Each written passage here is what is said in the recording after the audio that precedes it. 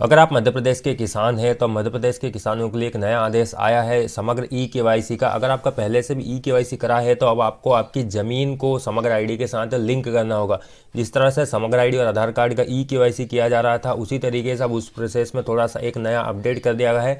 आप समग्र आईडी आधार कार्ड के साथ अपनी ज़मीन को भी इसमें लिंक करना होगा, क्योंकि आने वाले समय में किसान कल्याण योजना का जो कि मध्य प्रदेश में चल रही है, इस योजना का लाभ लेने के लिए हो सकता है आपका समग्र ई-केवाईसी होना जरूरी है ज़मीन के साथ, तो ही आप इसमें लाभ ले पाएंगे। साथ ही आने वाले समय में जो फसल पंजीयन होने हैं उसके लिए भी आपका समग्र ई-केवाईसी आधार कार्ड के साथ और भूमि के साथ होना जरूरी है, तो ही आपका फसल का पंजीयन किया जाएगा। एक आदेश भी आया हुआ है जो कि काफ़ी पहले आ गया था, यानी 10 जनवरी 2024 को यह आदेश आया था। इसमें सभी कलेक्टर के लिए दिया गया है जो राजस्व विभाग से संबंधित है, जिसमें लिखा है राजस्व महाअभियान 15 जनवरी से 29 फरवरी 24 के संबंध में। इसमें राजस्व रिकॉर्ड को सुधार करने और उसमें जो पेंडिंग रिकॉर्ड है उसको कंप्लीट करने के लिए बताया गया है। साथ में ये भी बताया गया है समग्र ई-केवाईसी तथा समग्र से खसरे की लिंक, यानी समग्र का ई-केवाईसी होना चाहिए और समग्र को अपने जितनी भी किसानों की भूमि है उस भूमि के साथ उसे लिंक करना होगा।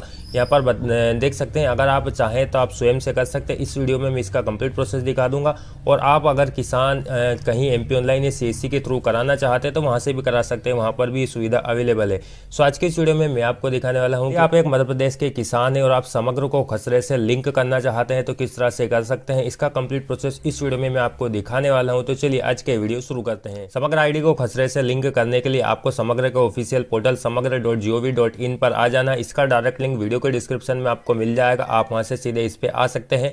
यह महत्वपूर्ण जानकारी दी गई है, आप इसे पढ़ना चाहते हैं तो पढ़ सकते हैं, अदरवाइज आपको इसे यहां से क्लोज कर देना है।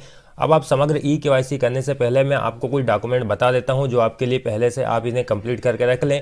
जैसा कि समग्र आईडी को खसरे से लिंक करना है, इसलिए आपके पास सबसे पहले आपकी समग्र आईडी मौजूद होना चाहिए। समग्र आईडी के साथ आपका आधार कार्ड भी आपके पास अभी मौजूद होना चाहिए। अगर आपके आधार कार्ड में मोबाइल नंबर लिंक है तो आप OTP के थ्रू कर सकते हैं, या फिर अगर आपके पास मोबाइल नंबर लिंक नहीं है आपके आधार कार्ड के साथ तो आप बायोमेट्रिक के थ्रू भी अपना ई-केवाईसी करा पाएंगे। साथ में आपकी ज़मीन की जो पावती है वो मौजूद होना चाहिए, या फिर खसरा नंबर अगर आपको याद है तो आप उससे भी कर सकते हैं, या फिर आपकी जो खसरा खतौंदे की फोटोकॉपी वगैरह है तो आप उससे भी कर पाएंगे।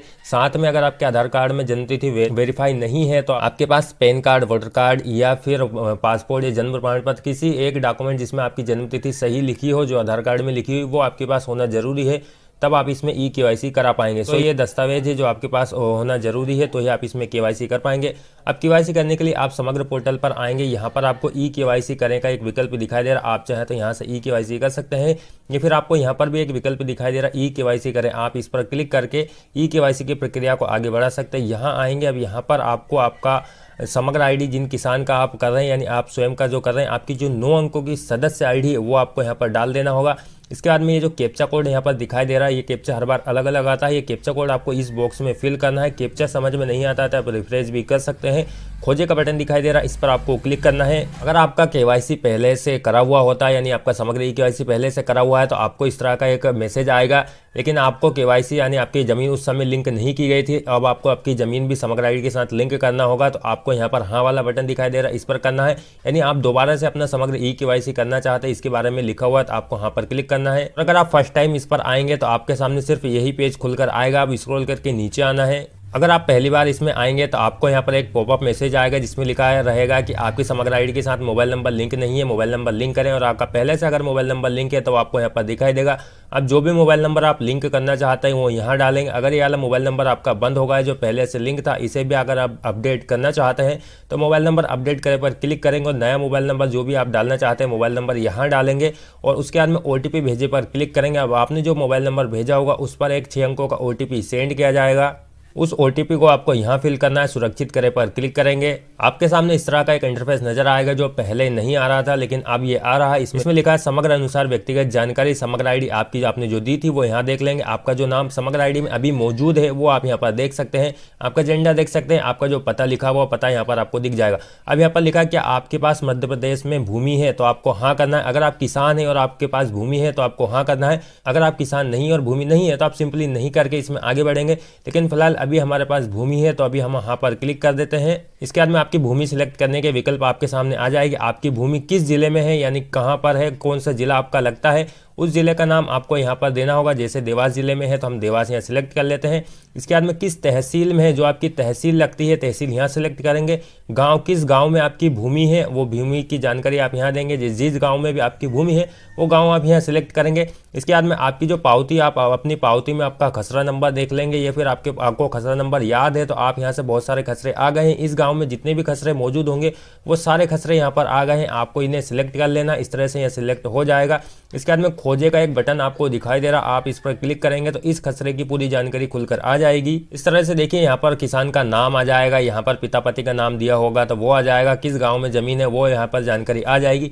इस पर आपको ये जो चेक बॉक्स दिखाई दे रहा है इस पर आपको टिक लगाना है। आपके सामने इनकी पूरी जमीन खुलकर आ जाएगी, यहाँ पर नाम पता यहाँ पर सब लिखा हुआ है। इसके बाद में अगर इस जमीन में एक ही खसरा है तो एक खसरा आएगा, 2 खसरे हैं, 3 खसरे हैं, जितने भी खसरे होंगे इस गांव में एक ही पावती में वो सारे यहाँ पर आ जाएंगे। इसे आपको यहाँ पर जोड़ लेना है। इसके बाद में अगर आपकी किसी दूसरी जगह पर भूमि है तो आप उसे भी जोड़ सकते हैं। आपको जोड़ना जरूरी है क्योंकि आप बार बार ई-केवाईसी नहीं कर पाएंगे, इसलिए आप एक के साथ आपकी जितनी भी जमीनें, जितनी भी पावती है उन सभी को आपको एक एक करके जोड़ लेना है। अब आपने जैसे ये एक जमीन जोड़ ली है, इसके बाद में अब आप दूसरी जमीन जोड़ना चाहते हैं तो अन्य भूमि जोड़े का विकल्प भी दिखाई दे रहा है, आप इस पर क्लिक करके सेम यही प्रोसेस फॉलो करके अपनी दूसरी जगह की जमीन भी यहाँ पर जोड़ सकते हैं। अगर आपके पास सिर्फ यही जमीन, आपके पास दूसरी जमीन नहीं है तो सिर्फ आगे बढ़े का एक विकल्प आपको दिखाई दे रहा, आप इस पर क्लिक करेंगे, आपके सामने इस तरह का एक नया पेज खुलकर आएगा। अब इसमें अगर आप पहले से आपका केवाईसी करा हुआ रहेगा या फिर आधार आपकी समग्र आईडी से लिंक रहेगा तो आप डायरेक्ट ओटीपी या बायोमेट्रिक का विकल्प आएगा, और आप पहली बार इसमें करेंगे तो आपको यहाँ पर आधार कार्ड नंबर डालने का एक विकल्प आएगा। यहाँ पर आपको आधार कार्ड नंबर डालना होगा। आधार कार्ड नंबर डालकर आप ओटीपी से अगर करना चाहते हैं तो ओटीपी सिलेक्ट करेंगे, बायोमेट्रिक से करना चाहते हैं तो बायोमेट्रिक सिलेक्ट करेंगे, जिसके थ्रू भी आप करना चाहते हैं वो यहाँ पर आप सिलेक्ट करेंगे। इसके बाद में इसको टर्म को एक्सेप्ट कर देना है और आधार से ओटीपी का अनुरोध करें इस पर आपको क्लिक करना है। आपके आधार कार्ड के साथ जो भी मोबाइल नंबर लिंक होगा उसके लास्ट के 4 डिजिट आपको यहाँ पर दिखाई देंगे। इसी मोबाइल नंबर पर एक 6 अंकों का आधार ओटीपी सेंड किया गया है, उस ओटीपी को आपको नीचे डालना होगा। इसे यहाँ से क्लोज कर देते हैं। उस ओटीपी को आपको यहाँ डालना है, स्वीकार करें पर क्लिक करना है। किसान की सारी जानकारी खुलकर आ जाएगी। यहाँ पर समग्र आईडी, परिवार आईडी, नाम और जेंडर पहले से जो समग्र आईडी में मौजूद रहेगा वो यहाँ पर आपको देखने को मिल जाएगा। अगर गलत है तो गलत दिखेगा, सही है तो सही देखने को मिल जाएगा। समग्र के अनुसार किसान का डाटा यहाँ दिखेगा, जो समग्र आईडी में अभी मौजूद है उनका नाम यहाँ दिखेगा, उनका जेंडर यहाँ दिखेगा, जन्म तिथि यहाँ दिखेगी। आधार कार्ड के अनुसार उनका नाम यहाँ दिखेगा, अगर नाम गलत है तो वो रेड कलर में आएगा। इस तरह से अगर समग्र आईडी में का जो नाम है वो यहाँ दिखेगा, आधार वाला नाम आपको यहाँ दिखेगा। मिसमैच अगर होता है तो रेड कलर में आएगा, और अगर सही जानकारी है तो इस तरह से आपको कुछ भी रेड नहीं आएगा। जन्म तिथि, अगर आपके आधार कार्ड में आपने जब आधार कार्ड बनवाया था या फिर आपने अपडेट कराया था उस समय आपने जन्म तिथि से संबंधित कोई डॉक्यूमेंट दिया था, आपने वेरीफाइड जन्म तिथि लगाई थी तो आपको यहाँ पर जन्म तिथि ऑटोमेटिकली आ जाएगी। और अगर आपने किसी भी तरह का कोई डॉक्यूमेंट आधार कार्ड बनवाते समय नहीं दिया था तो आपको मैनुअली यहाँ पर जन्म तिथि टाइप करना होगी। जो भी आपकी जन्म तिथि ये वाली लिखी हुई है, यानी आपके आधार कार्ड में पहले से जो जन्म तिथि है वो वाली जन्म तिथि आपको यहाँ पर लिखनी होगी। समग्र आईडी वाली जन्म तिथि आपको यहाँ पर दिखेगी, जो गलत है या सही है जो भी है वो आपको यहाँ दिख जाएगी। लेकिन फिलहाल अभी आपके आधार कार्ड में जो जन्म तिथि आपकी मौजूद है वो आपको यहाँ पर लिखनी होगी। किसान का फोटो यहाँ पर आपको देखने को मिल जाएगा। जन्म तिथि से संबंधित एक दस्तावेज आपको अपलोड करना होगा, उसके लिए आपको इस पर क्लिक करना है। आप इनमें से कोई एक दस्तावेज अपलोड कर सकते हैं, जैसे अगर आपके पास जन्म प्रमाण पत्र है तो आप बर्थ सर्टिफिकेट अपलोड कर सकते हैं, 10वीं की मार्कशीट अगर है तो वो अपलोड कर सकते हैं, पैन कार्ड अपलोड कर सकते हैं, पासपोर्ट है, ड्राइविंग लाइसेंस है, सर्टिफिकेट इशू बाय डॉक्टर के द्वारा कोई सर्टिफिकेट इशू किया गया तो उसे अपलोड कर सकते हैं, वोटर कार्ड है, मनरेगा जॉब कार्ड अपलोड कर सकते हैं, या फिर आप एक एज एफिडेविट भी बनवा सकते हैं, उसके माध्यम से भी आप अपनी जन्म तिथि वेरीफाई करा सकते हैं। फिलहाल अभी हमारे पास पैन कार्ड अवेलेबल है, हम पैन कार्ड पर क्लिक कर देते हैं। अब यहाँ पर हम चूज फाइल पर क्लिक करके हमारा जो पैन कार्ड है उसे अपलोड कर देते हैं। पैन कार्ड का साइज आपको यहाँ पर ध्यान देना 100 KB से ज़्यादा नहीं होना चाहिए, 100 KB के इससे कम ही होना चाहिए, जेपीजी या पीडीएफ फाइल होना चाहिए। तो अब यहाँ पर हम चूज फाइल पर क्लिक करके इस फाइल को अपलोड कर देते हैं। फाइल सक्सेसफुली अपलोड हो गई है। आपका एड्रेस आपको यहाँ पर देखने को मिल जाएगा, इसमें आपको कुछ भी चेंजेस नहीं करना है। अब आपको पहला वाला जो चेकबॉक्स दिखाई दे रहा है इस पर आपको टिक लगा देना। इसके बाद में अगर आप हिंदी में आपका नाम देखना चाहते हैं क्या है, और अगर उसे बदलना चाहते हैं यानी गलत लिखा है तो आपको दूसरा वाले चेकबॉक्स पर क्लिक करना है। आपका हिंदी वाला नाम यहाँ पर आ जाएगा। अब यहाँ पर अगर आपका नाम जो आधार कार्ड में हिंदी में लिखा है वैसा नहीं लिखा हुआ है तो आपको इसे यहाँ से डिलीट कर देना है, और दूसरा जो आपका नाम आधार कार्ड में लिखा है हिंदी में वैसा आपको यहाँ पर टाइप करना है। आपको हिंदी में नाम टाइप करना जरूरी, अगर नहीं करते हैं तो भी आपको प्रॉब्लम होने वाली, इसलिए आप अपने आधार कार्ड वाला नाम जो हिंदी में लिखा है सेम वैसा ही नाम आप यहाँ पर टाइप कर देंगे। आपका मोबाइल नंबर आपको यहाँ पर दिखाई देगा। इसके बाद में नीचे एक विकल्प है ग्राम पंचायत वार्ड को अनुरोध भेजे, इस पर आपको क्लिक करना है। तो आपके सामने इस तरह से एक सक्सेस का मैसेज आ जाएगा। यहाँ पर आपकी एक रिक्वेस्ट आईडी जारी कर दी जाएगी। आप चाहे तो इस रिक्वेस्ट आईडी को यहाँ से कॉपी कर सकते हैं या फिर आप चाहे तो इसका स्क्रीनशॉट भी ले सकते हैं। रिक्वेस्ट आईडी जारी हो गई है। अगर ये मैसेज आपके सामने आ जाता है, इसका मतलब है आपके द्वारा आपकी समग्र ई-केवाईसी सक्सेसफुली कर ली गई है।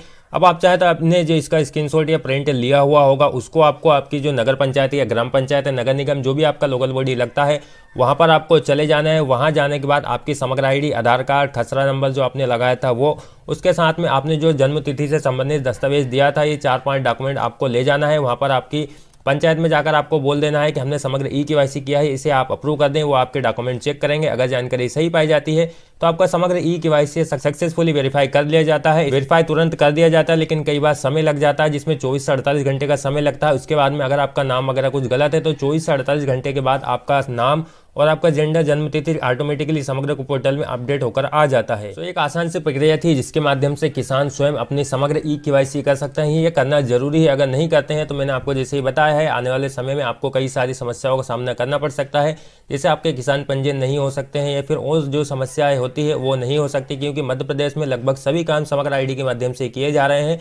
सो आपको ये जल्द से जल्द करा लेना है, क्योंकि आप बाद में अगर कराते हैं तो साइट नहीं चलने वाली प्रॉब्लम का सामना करना पड़ेगा। उसमें साइट नहीं चलेगी, फिर आपका काम नहीं होगा। फिर अगर आप किसान पंजीयन या कुछ और कराएंगे तो फिर आपको समस्या आएगी। इसलिए आप बेहतर होगा कि समय रहते इसे आप पहले से करा लें। आप अपनी पटवारी या फिर आपका राजस्व जहां पर भी लगता है, आप उनसे जाकर भी इससे संबंधित और जानकारी ले सकते हैं। इसका फुल एक आर्टिकल मैंने एक बना दिया है, जिसका लिंक वीडियो के डिस्क्रिप्शन में आपको मिल जाएगा। आप उस आर्टिकल को भी पढ़ सकते हैं, उसकी में पूरी जानकारी दी गई है। आशा करते हैं आपको ये वीडियो काफी पसंद आया होगा। वीडियो पसंद आया हो तो इस वीडियो को किसान ग्रुप में शेयर कीजिए, ताकि सभी किसान समय रहते अपना समग्र को खसरे से लिंक कर सकते हैं। चैनल पर नए हैं तो चैनल को सब्सक्राइब करना ना भूलें। अब भी अगर आपके मन में कुछ सवाल रह जाते हैं तो आप हमसे कमेंट करके भी पूछ सकते हैं। धन्यवाद।